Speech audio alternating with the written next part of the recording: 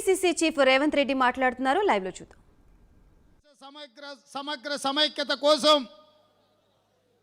ఈ దేశంలో అన్ని జాతులు, అన్ని మతాలు, అన్ని కులాల ప్రజలు కలిసికట్టుగా ఉండి బలమైన దేశంగా ప్రపంచ దేశాల ముందు నిలబెట్టడానికి మన నాయకుడు రాహుల్ గాంధీ గారు కన్యాకుమారి నుంచి కశ్మీర్ వరకు మండు టెండల్లో, మంచు కొండల్లో 150 రోజులు 4000 కిలోమీటర్లు ఒక వీరుడుగా పాదయాత్ర చేసిండు. ఆ సందర్భంగా కోట్లాది ప్రజల్ని కలిసి వారు చేసిన విజ్ఞప్తులను విని వారి సూచనలు తీసుకొని రాహుల్ గాంధీ గారు ఒక సందేశాన్ని ఇచ్చాడు. ఆ సందేశాన్ని తండాలలో, గూడాలలో, మారుమూల పల్లెల్లో ప్రతి ఇంటికి, ప్రతి గడపకు, ప్రతి గుండెకు చేర్చమని ఏఐసిసి అధ్యక్షుడు మల్లికార్జున్ ఖర్గే గారు మాకు ఆదేశాలు ఇస్తే ఆ ఆదేశాలను అందుకొని తెలంగాణ రాష్ట్రంలో రాక్షస పాలనను అందిస్తూ దోపిడీకి పాల్పడుతూ విధ్వంసం చేస్తూ అధికారాన్ని నిలబెట్టుకోవాలని పార్టీ ఫిరాయింపులను ప్రోత్సహిస్తూ ల్యాండు, శాండు, వైను, మైను మాఫియాగా మారి ఈ రాష్ట్రానికి పాపాల భైరవుడుగా మారిన చంద్రశేఖరరావు గారిని పాతాళానికి దొక్కడానికి ఈ పాదయాత్ర చేస్తున్నాం.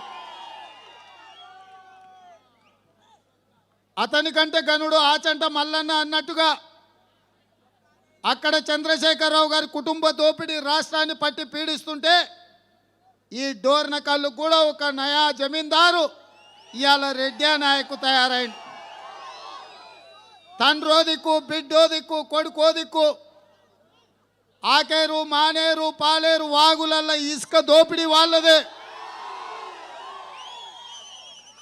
పేదలు కష్టపడి తమ రక్తాన్ని చెమటగా మారి పండించిన పంట వరి ధాన్యాన్ని దోపిడీ చేస్తూ మిల్లుల ముసుగులో కోట్ల రూపాయలు కొల్లగొడుతూ ఈ ప్రాంతంలో ఏదొచ్చినా వాళ్ళ కుటుంబానికి నైవేద్యంగా పెట్టే పరిస్థితులు వచ్చినాయి. ఇవాళ ఈ పరిస్థితులన్నిటిని దృష్టిలో పెట్టుకొని కాంగ్రెస్కు కంచు కోటైన డోర్నకల్లో ఇవాళ ఈ రకమైన పరిస్థితులు దాపురించడానికి కారణం రెడ్డి నాయక్ కుటుంబం. అందుకే రాబోయే ఎన్నికలలో రెడ్డి నాయక్ కుటుంబాన్ని ఓడించాలి అని చెప్పి మా యువకులందరూ ఇక్కడికి వచ్చిండ్రు. మిత్రులారా, ఇవాళ ఆలోచన చేయండి.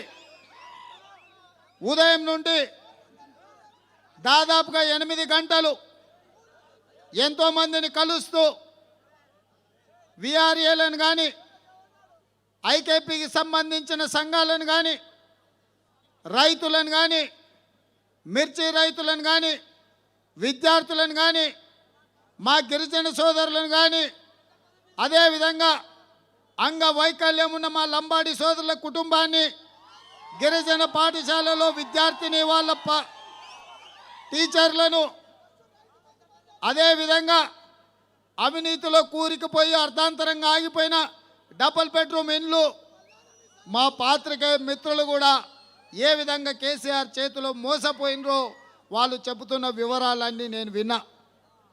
మిత్రులారా, ఇవాళ ఐకేపీ సంఘాలకు దిక్కులేదు, విఆర్ఏలకు అసెంబ్లీ సాక్షిగా తండ్రి కొడుకులు ఇచ్చిన మాటకు గౌరవం లేదు. మిర్చి రైతులను నేను కలిస్తే బూక్యా లక్ష్మి గారు కలిసిండ్రు. 2 ఎకరాలల్లో పెట్టుబడి 2 లక్షలైంది. పండించిన మిర్చి ఏరడానికి 1,00,000 రూపాయలైంది. మొత్తం 3 లక్షల పెట్టుబడి అయింది. ఇవాళ అమ్మడానికి ఎనుమాముల మార్కెట్కు పోతే 7,350 రూపాయలు క్వింటాల్ అని అంటున్నారు. 2 ఎకరాలలో పండించిన పంట అమ్మితే 1,50,000 వస్తుంది. 1,50,000 అప్పు తెచ్చింది, మిత్తి మిగిలింది, పురుగుల మందు తాగి సావాల్సిన పరిస్థితి వచ్చిందని చెప్పి ఆమె చెప్పింది. ఆ నుంచి ముందుకు వచ్చిన బూక్యా ఇంకొక ఆమె కూడా లక్ష్మే, భర్త చచ్చిపోయి 3 ఏళ్ళు అయింది, కొడుకు అంగవికలాంగుడు, 90% ఆ కుమారుడికి పూర్తిగా పని చేయలేని పరిస్థితి. మంచాన మూలకు పడ్డాడు. 90% అంగవైకల్యం ఉన్న ఆ గిరిజన బిడ్డకు 21 సంవత్సరాలు వస్తున్నా ఒక్క రూపాయి కూడా పెన్షన్ ఈ ప్రభుత్వం ఇస్తలేదు. భర్తను కోల్పోయిన పుక్యా లక్ష్మికి 3 సంవత్సరాలైంది, వితంతు పెన్షన్ ఇస్తలేరు. ఆమె అడిగింది నన్ను, ఆనాడు ఇందిరమ్మ ఉన్నప్పుడు ఇచ్చిన ఇంట్లో బతుకుతున్నాం నాయన, డబుల్ బెడ్రూమ్ ఇండ్లు రాలే, గుంట